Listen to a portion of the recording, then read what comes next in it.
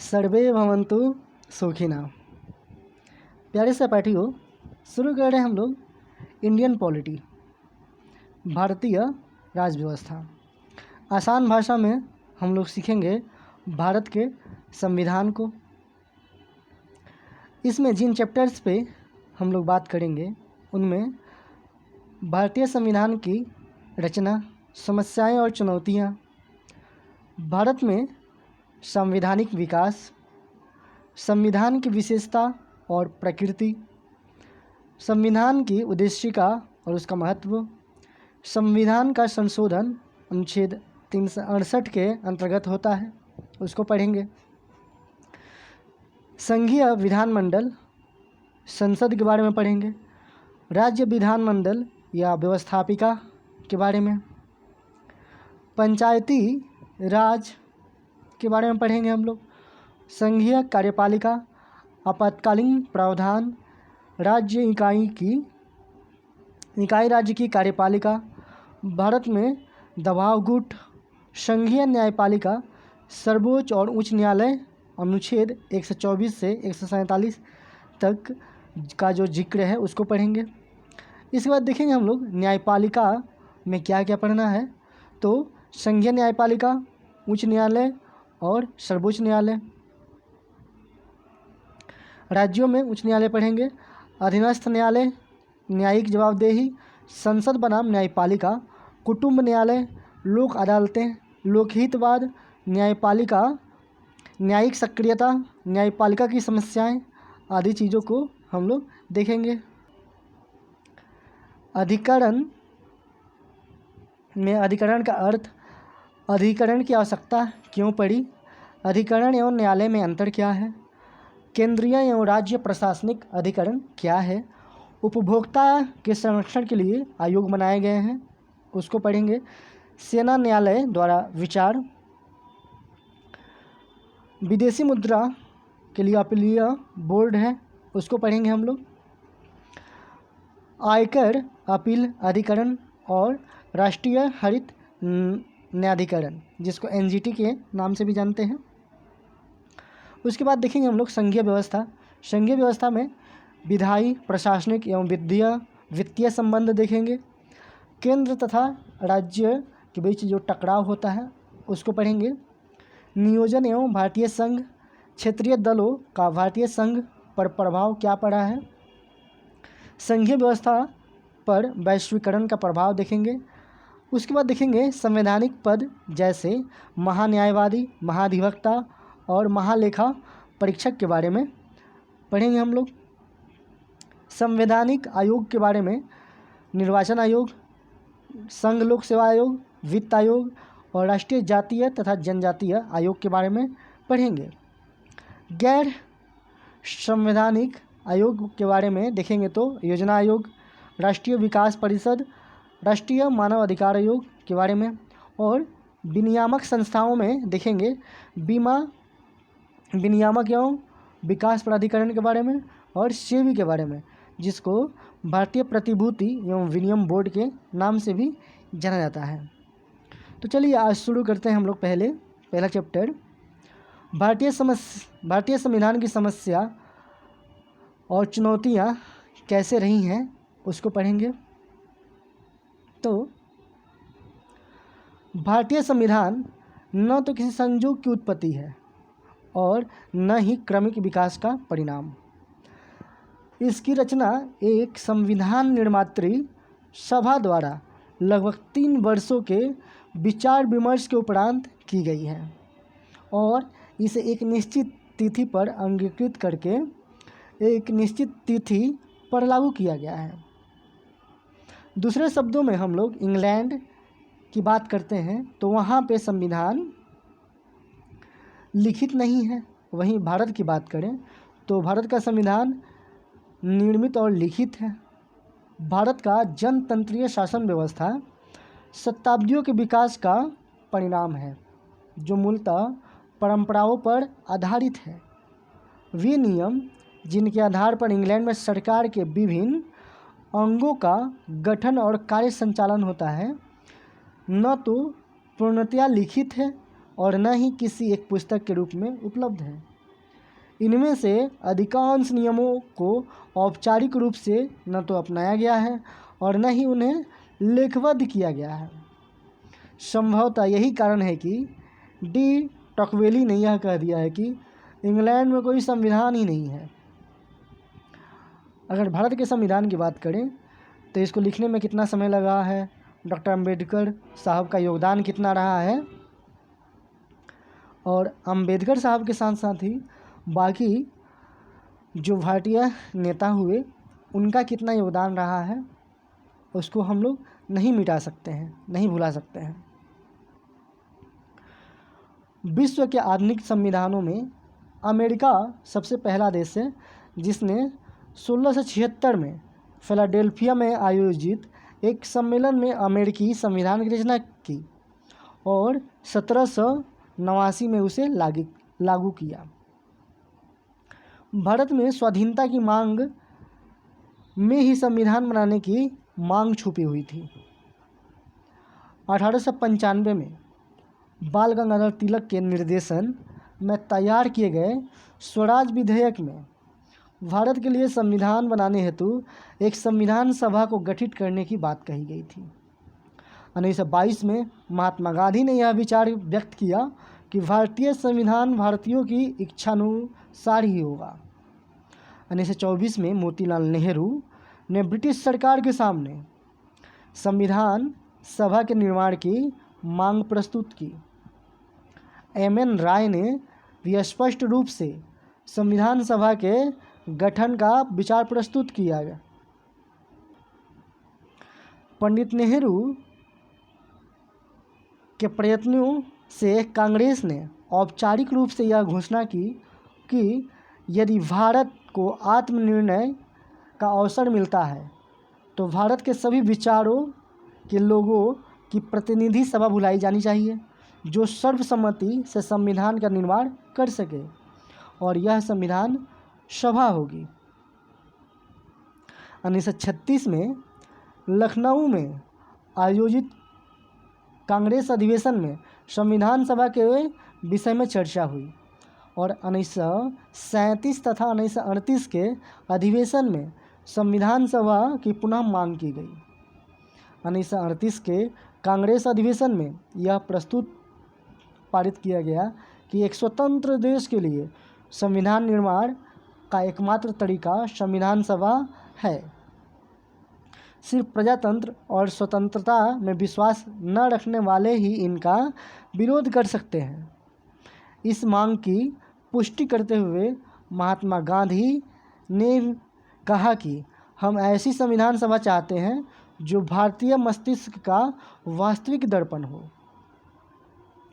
भारतीयों के द्वारा संविधान सभा की मांग का प्रारंभ में ब्रिटिश सरकार द्वारा विरोध किया गया, किंतु द्वितीय विश्व युद्ध से बाद जो परिस्थितियां उत्पन्न हुई और अंतर्राष्ट्रीय घटनाओं ने उसे इस मांग पर गंभीरता से विचार करने के लिए मजबूर कर दिया।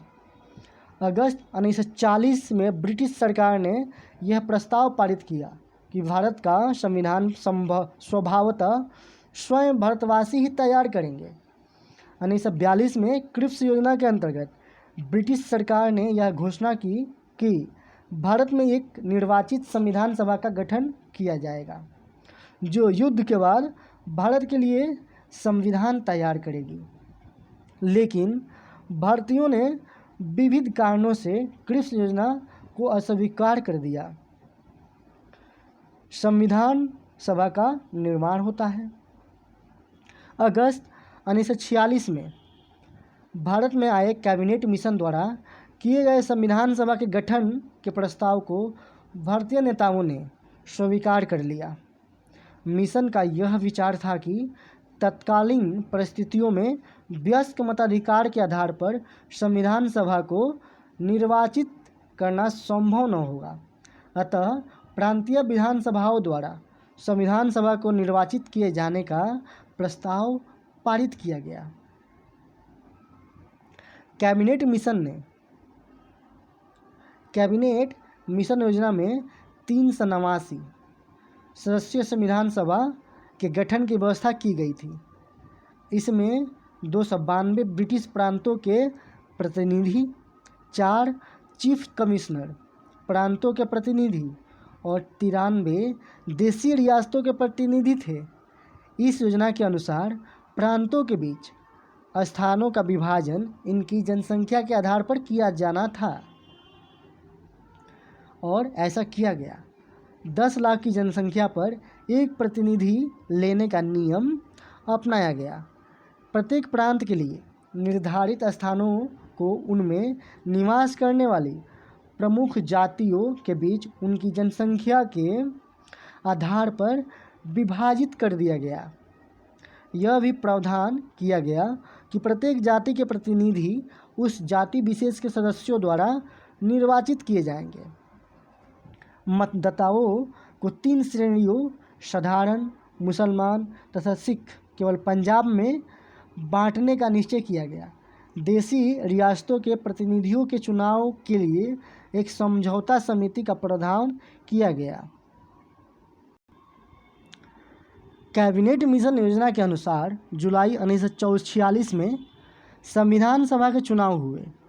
सभा की कुल सदस्य संख्या 389 में से प्रांतों के लिए निर्धारित 296 सदस्यों का चुनाव हुआ, जिसमें कांग्रेस पार्टी को 208, मुस्लिम लीग को 73 तथा शेष 7 राजनीतिक दलों को एक स्थान मिले। निर्दलीय उम्मीदवारों में से 8 विजयी हुए। इस दयनीय स्थिति को देखकर मुस्लिम लीग ने संविधान सभा का बहिष्कार करने का निर्णय लिया।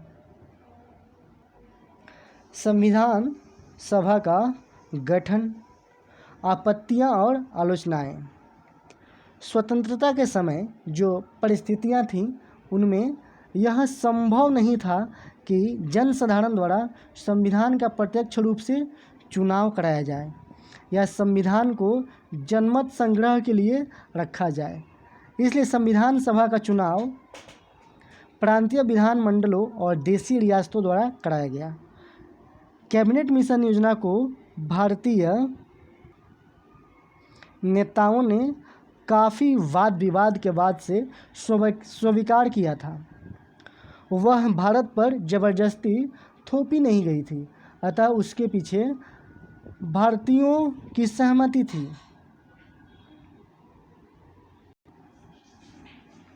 संविधान सभा के गठन के संबंध में अनेक आपत्तियां और आलोचनाएं की गई, जिनमें से कुछ का उल्लेख यहाँ पे किया जा रहा है। संविधान सभा की संप्रभुता।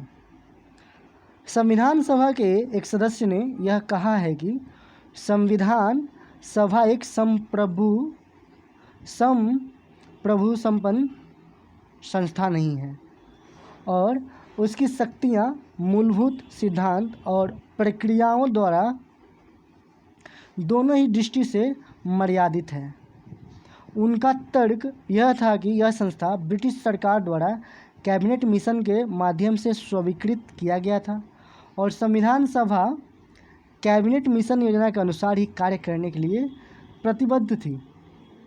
यह आपत्ति एक सीमा तक ठीक थी, लेकिन संविधान सभा ने जिस प्रकार कार्य किया उससे यह स्पष्ट होता है कि संविधान की रचना, उसके लिए अपनाई गई प्रक्रिया तथा स्थापित की गई शासन व्यवस्था, संक्षेप में आंतरिक और बाह्य दोनों तरह से संविधान सभा ने एक प्रभुता संपन्न संस्था के रूप में कार्य किया। संविधान सभा ने सभा के संचालन की शक्ति अपने द्वारा निर्वाचित सभापति को दे दी और यह प्रस्ताव पारित किया कि संविधान सभा का विघटन ब्रिटिश सरकार या किसी अन्य शक्ति के निर्देश पर नहीं किया जाएगा। सभा उसी समय भंग की जा सकेगी जब स्वयं संविधान सभा इस आशय का प्रस्ताव अपने 2/3 बहुमत से पास कर दे। संविधान सभा के प्रभुत्व संपन्न होने का सबसे बड़ा प्रमाण यह है कि उसने जो संविधान बनाया उसे किसी भी स्तर पर ब्रिटिश सरकार की सहमति अथवा अनुमोदन के लिए नहीं रखा गया। 15 अगस्त 1947 को भारतीय संविधान, भारतीय स्वतंत्रता अधिनियम के पारित होने के बाद भारत ने एक प्रभुत्व संपन्न राज्य का स्तर प्राप्त कर लिया।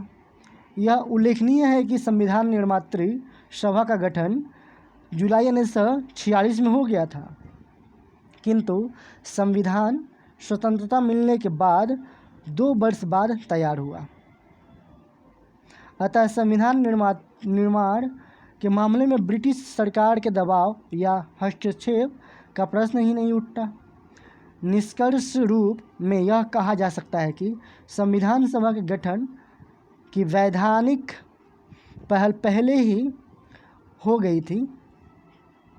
पहल भले ही कैबिनेट मिशन योजना के रूप में ब्रिटिश सरकार द्वारा की गई हो, किंतु संविधान सभा ने आंतरिक और बाह्य रूप से एक स्वतंत्र और प्रभुता संपन्न संस्था के रूप में ही कार्य किया है।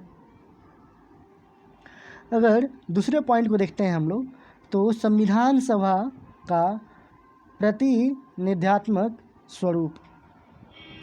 कांग्रेस के अंतर्गत समाजवादी वर्ग तथा कुछ अन्य दलों द्वारा यह आपत्ति की गई कि संविधान सभा वास्तव में भारतीय जनता का प्रतिनिधित्व नहीं करती, क्योंकि इसका चुनाव जनता के द्वारा प्रत्यक्ष रूप से न होकर के प्रांतीय विधानमंडलों द्वारा किया गया। समाजवादी नेता जयप्रकाश नारायण ने कहा कि यह संविधान सभा अपने गठन में उस संविधान सभा में बहुत भिन्न है जिसकी रूपरेखा पंडित नेहरू ने हमारे सामने रखी थी। इसकी रचना ब्रिटिश सरकार ने की है, अतः हम इसके द्वारा उस स्वतंत्रता को प्राप्त करने की आशा कदापि नहीं कर सकते जिसके लिए हम संघर्ष करते रहे। उन्होंने इस बात पर बल दिया कि संविधान का चुनाव वयस्क मताधिकार के आधार पर जनता द्वारा प्रत्यक्ष रूप से किया जाना चाहिए था। सैद्धांतिक दृष्टि से उपयुक्त विचार बिल्कुल ठीक लगता है, किंतु स्वतंत्रता की प्राप्ति के पूर्व और स्वतंत्रता मिलने के तुरंत बाद की जो परिस्थितियां थीं, विशेषकर भारत विभाजन और उसके बाद बड़े पैमाने पर होने वाली हिंसा ने सांप्रदायिकता और देशव्यापी अशांति का जो वातावरण उत्पन्न कर दिया था, उसमें संविधान सभा के गठन के लिए आम चुनाव कराया जाना संभव ही नहीं था। यह भी उल्लेखनीय है कि अप्रत्यक्ष रूप से निर्वाचित होने के कारण भले ही संविधान सभा को यह प्रतिनिधि संस्था न कहा जाए, लेकिन उसकी समस्या की दृष्टि से वह देश के हर क्षेत्र में धर्म, वर्ग और व्यवसाय का प्रतिनिधित्व करती थी। उसमें सभी दलों के चोटी के नेता, विधिवेता, बुद्धिजीवी तथा प्रशासनिक योग्यता रखने वाले लोग शामिल थे। उदाहरण के लिए Pandit Nehru, Sardar Patel, doctor Rajendra Prasad, Maulana Abdul Kalam Azad, Rajagopalachari, Purushottam Das Tandon, K M. Munshi, J B. Kripalani, doctor B R. Ambedkar, Shyama Prasad Mukherjee, doctor Radhakrishnan, N G. Ayyangar, K. Santhanam, B. Shivrao आदि। मुस्लिम लीग के टिकट पर चुने गए वह सदस्य भी जो पाकिस्तान नहीं गए, उन्हें भी संविधान सभा में शामिल किया गया। के संस्थानम के अनुसार जनमत का कोई भी ऐसा वर्ग नहीं था जिसे संविधान सभा में प्रतिनिधित्व प्राप्त न हो। ग्रेनविल ऑस्टिन का कथन है कि अप्रत्यक्ष रूप से निर्वाचित और इस दृष्टि से भारतीय जनता के प्रति उत्तरदायी न होने पर भी संविधान सभा अत्यधिक प्रतिनिधात्मक संस्था थी।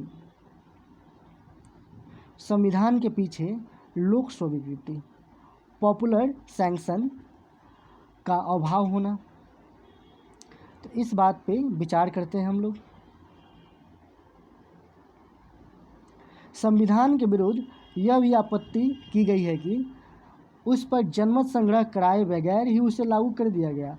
अतः संविधान को जन अनुसमर्थन प्राप्त नहीं था। आलोचकों का यह कहना कि यदि तत्कालीन अशांतिपूर्ण परिस्थितियों में वयस्क मताधिकार के आधार पर संविधान सभा का चुनाव कराया जाना संभव नहीं था, तो कम से कम संविधान को जनता के समक्ष रखकर उसका अनुमोदन तो कराया ही जाना चाहिए था। लेकिन इस आलोचना के उत्तर में यह कहा जा सकता है कि जिन कारणों से स्वयं संविधान सभा का चुनाव प्रत्यक्ष रूप से जनता द्वारा नहीं कराया जा सका, उन्हीं कारणों से संविधान पर जनमत संग्रह कराना भी संभव नहीं था, क्योंकि उसके लिए पूरे देश में मतदान कराना पड़ता, जो उस समय की विषम परिस्थितियों में व्यवहारिक न था। संविधान के समक्ष चुनौतियाँ। संविधान सभा के सामने जो प्रमुख मुद्दे या चुनौतियाँ थीं, उनमें से कुछ का उल्लेख यहाँ पे किया जा रहा है। विरोधी हितों का समन्वय। संविधान सभा का पहला कार्य था देश में पाई जाने वाली विविधताओं के बीच एकता स्थापित करना, परस्पर विरोधी हितों के बीच सामंजस्य कायम करना, धर्म जाति के आधार पर विभाजित सामाजिक वर्गों को एक मंच पर लाना और एक ऐसी शासन व्यवस्था को स्थापित करना जो समाज के सभी वर्गों के लिए स्वीकार्य हो। स्वतंत्रता के बाद देश के सामने विभिन्न प्रकार की समस्याएं थीं, जिनके निराकरण के लिए अलग अलग विचारधाराएं थीं, जिनके बीच कुछ मुद्दों पर मतैक्य था, यानी एक मत था, और कुछ के विषय में मतभेद थे। विभिन्न राजनीतिक वैचारिकों का प्रतिनिधित्व संविधान सभा में था। अतएव संविधान सभा की मौलिक समस्या यह थी कि इन पर परस्पर विरोधी विचारधाराओं के मानने वालों और विभिन्न वर्गों और हितों का प्रतिनिधित्व करने वालों को कैसे संतुष्ट किया जाए। इस समस्या को दृष्टि में रखते हुए संविधान सभा ने संविधान निर्माण प्रक्रिया में सहमति और समायोजन के सिद्धांतों को अपनाया। संविधान सभा की विभिन्न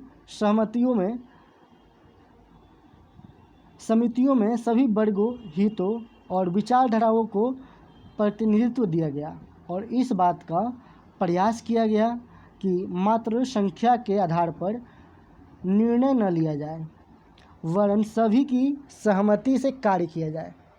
इस स्थिति पर प्रकाश डालते हुए M.V. पायली ने लिखा है, संविधान सभा में वाद विवाद के प्रति असंतोष नहीं दिखाया गया, अपने विचार दूसरों पर लादने एवं शीघ्रता से कार्य समाप्त करने का प्रयास नहीं किया गया।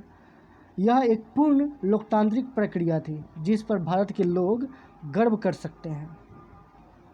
संविधान सभा ने लगभग सभी महत्वपूर्ण और विवादास्पद मुद्दों पर जल्दबाजी के बजाय सहनशीलता से विचार विमर्श किया। उदाहरण के लिए, भाषाई विवाद को सर्वसम्मति से हल करने के लिए संविधान सभा का लगभग 3 वर्षों तक विचार विमर्श करना पड़ा और अंत में सर्वसम्मति से हिंदी को राजभाषा के रूप में स्वीकार किया गया। सभा यह भी चाहती थी कि संविधान मात्र बहुमत के बल पर नहीं वरन सहमति से बनाया जाए और इस लक्ष्य को दृष्टि में रखते हुए संविधान सभा ने व्यवहारिकता को आधार बनाया और परस्पर विरोधी विचारधाराओं में समन्वय स्थापित करने का प्रयत्न किया। जैसे संघात्मक और एकात्मक व्यवस्था के बीच, पूंजीवाद और समाजवाद के बीच तथा केंद्रीकरण और विकेंद्रीकरण के दृष्टिकोण के बीच सामंजस्य स्थापित किया गया। उदाहरण के लिए, डॉक्टर राजेंद्र प्रसाद तथा कुछ अन्य सदस्य यह चाहते थे कि संसद का चुनाव अप्रत्यक्ष रूप से पंचायतों और नगर पालिकाओं द्वारा किया जाए, लेकिन नेहरू तथा कुछ अन्य सदस्य संसद का निर्वाचन वयस्क मताधिकार के आधार पर प्रत्यक्ष रूप से करना चाहते थे। संविधान सभा ने दोनों ही बातों को मान लिया, पर संसद का निर्वाचन प्रत्यक्ष कर दिया और पंचायती व्यवस्था को नीति निर्देशक सिद्धांतों का अंग बना दिया गया। देशी रियासतों की समस्या। स्वतंत्रता के समय भारत में लगभग 6 स्वदेशी रियासतें थीं जो स्वतंत्र ढंग से शासन कार्य कर रही थी। कैबिनेट मिशन योजना में ऐसी रियासतों को यह स्वतंत्रता दी गई थी कि वह स्वतंत्र रह सकती हैं या भारत अथवा पाकिस्तान में मिल सकती हैं। इनमें से कुछ रियासतें अपनी स्वतंत्रता को बनाए रखना चाहती थीं और भारतीय संघ में विलय के पक्ष में नहीं थी। एक स्वतंत्र और प्रभुता संपन्न राज्य के भू क्षेत्र में स्थित पूर्ण स्वायत्तता चाहने वाली इन इकाइयों की स्थिति का क्या हो। संविधान सभा के सामने यह बड़ी चुनौती थी। संविधान सभा ने संघीय व्यवस्था के विभिन्न पक्षों पर विचार विमर्श में लगभग 2 वर्ष का समय लगाया। वह न तो किसी देशी रियासत के विरुद्ध शक्ति का प्रयोग करने के पक्ष में थी और न ही किसी प्रांत या क्षेत्र देशी रियासत को संघ से बिल्कुल स्वतंत्र रहने का अधिकार दे ही सकती थी। इसलिए संघीय शक्ति समिति यूनियन पावर कमेटी में विभिन्न प्रांतों और रियासतों की राजनीति में प्रभाव रखने वाले व्यक्तियों को सम्मिलित किया गया। समुचित विचार विमर्श के उपरांत भारतीय संविधान ने संघ शासन की एक ऐसी योजना बनाई जिसमें 3 प्रकार की राजनीतिक इकाइयों को मान्यता दी गई और विशेषकर देशी रियासतों के हितों का पूरा ख्याल रखा गया। धीरे धीरे एक ऐसी राजनीतिक वातावरण तैयार हो गया कि 1956 में राज्य पुनर्गठन आयोग द्वारा देशी रियासतों का अंत ही कर दिया गया।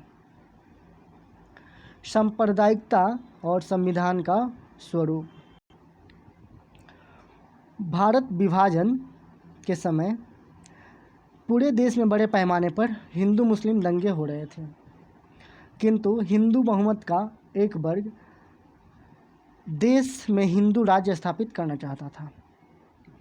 इसके विपरीत मुसलमानों की एक बड़ी संख्या पाकिस्तान नहीं जाना चाहती थी और इसी देश में रहने के पक्ष में थी। मुसलमान भारत में सबसे बड़ा अल्पसंख्यक समूह था। संविधान सभा ने सांप्रदायिक उन्माद से भयभीत हुए बगैर धर्मतंत्र के बजाय एक धर्म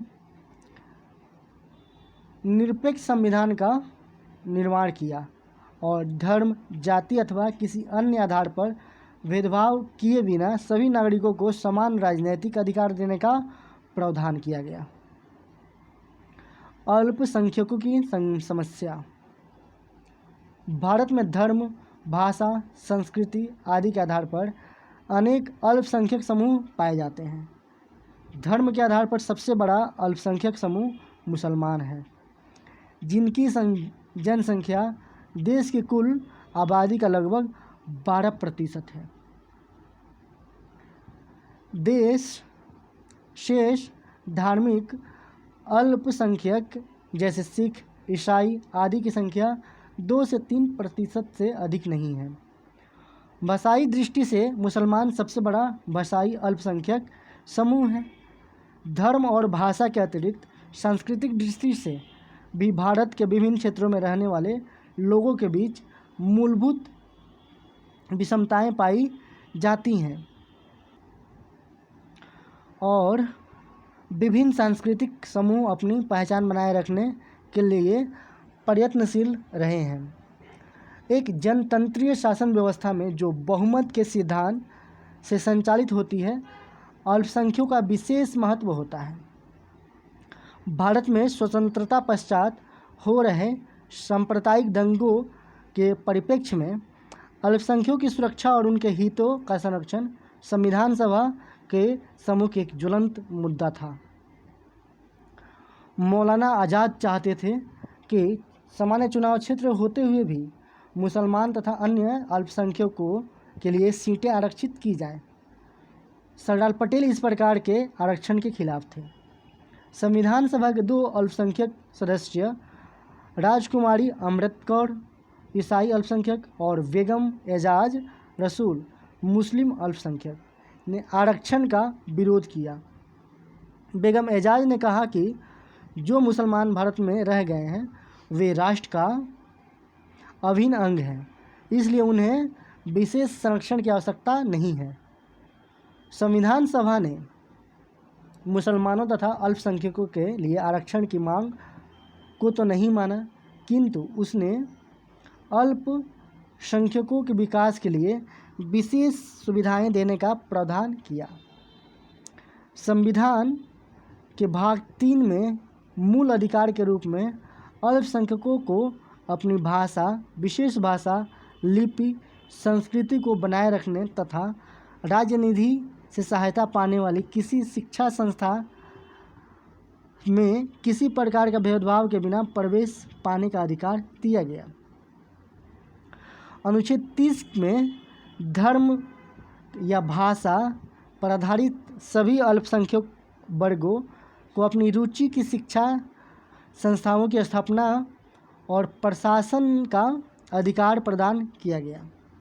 यह भी प्रावधान किया गया कि शिक्षा संस्थाओं को सहायता देने में राज्य किसी अल्पसंख्यक शिक्षा संस्था के विरुद्ध कोई भेदभाव नहीं करेगा। उपर्युक्त प्रावधान इस बात को स्पष्ट करते हैं कि संविधान सभा अल्पसंख्यकों के हितों और अधिकारों के प्रति अत्यधिक सचेत और संवेदनशील थी, प्रतिकूल सामाजिक वातावरण में भी थी।